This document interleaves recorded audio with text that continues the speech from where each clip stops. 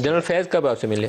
तो मैं वो आपको बता तो जब ये फिर केस नैब कोर्ट में आ गया और ऑलमोस्ट जो ये अपने कंक्लूजन की तरफ था, जजमेंट रिजर्व हो चुकी थी, तो वो मेरे पास आए बज़ाहिर।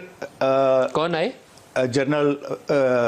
मेजर जनरल फैज़ हमीद साहब एज डीजीसी आपके पास? डीजीसी मेरे पास आए और एक इस्लामाबाद एडमिनिस्ट्रेशन के एक ऑफिसर थे, मैं एहतियातन उनका नाम नहीं लेना चाहता, उनके ज़रिए उन्होंने आए। तो उन्होंने ये कहा जी कि वो जो आपने अपारा रोड खाली करने का हुक्म दिया हुआ है आईएसआई हेडक्वार्टर्स को भी, उस हवाले से वो आपके मिलना चाहते, प्लस आपको उम्रे की मुबारकबाद देना चाहते। मैं कहा आ जाए।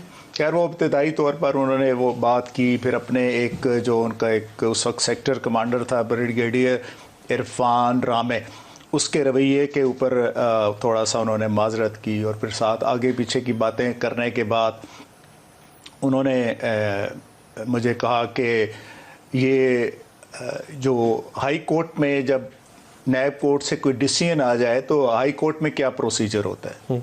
तो मैं कहा जी आप किस केस के हवाले से पूछ रहे हैं? यही है प्राइम मिनिस्टर नवाज शरीफ और उनकी बेटी का। तो मैं कहा उसकी तो अभी जजमेंट नहीं आई। ये अभी नैब कोर्ट में केस चल रहा था, अभी फैसला आने वाला था, फैसला लेकिन वो आपसे पूछ रहे हैं कि अगर ये डिवीजन बेंच में आ जाए तो फिर क्या होगा? हाँ जी। तो मैंने कहा जी उसका तो भी फैसला नहीं आया। तो उन्होंने बड़ा कैटेगरिकली कहा, उन्होंने नहीं कहा सर नहीं सर कन्विक्शन तो होनी ही होनी है, अब सिर्फ क्वांटम ऑफ सेंटेंस का जो इशू है वो डिसाइड होना है। तो आप ये बताएं कि ये अगर हाई कोर्ट में आपके पास केस आए तो आप क्या करेंगे? मैं कहा जी ये तो अभी एक आप ऐसी बात कर रहे हैं, पहले आप मुझे ये बताएं ना कि आपने मुझे डिवीजन बेंच से हटवाया क्यों?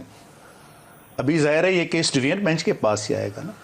तो ही वेरी कैंडिडली सेड कि जी कि हमारी लीगल टीम का और नैब के अफसरान का ये ख्याल था कि इस्लामाबाद हाई कोर्ट में शौकत अजीज़ सिद्दीकी साहब जो हैं वो डिफेंस थोड़ा प्रो डिफेंस हैं और प्लस क्रिमिनल काम को समझते हैं, तो मेक श्योर करें कि उनके पास कोई केस ना जाए।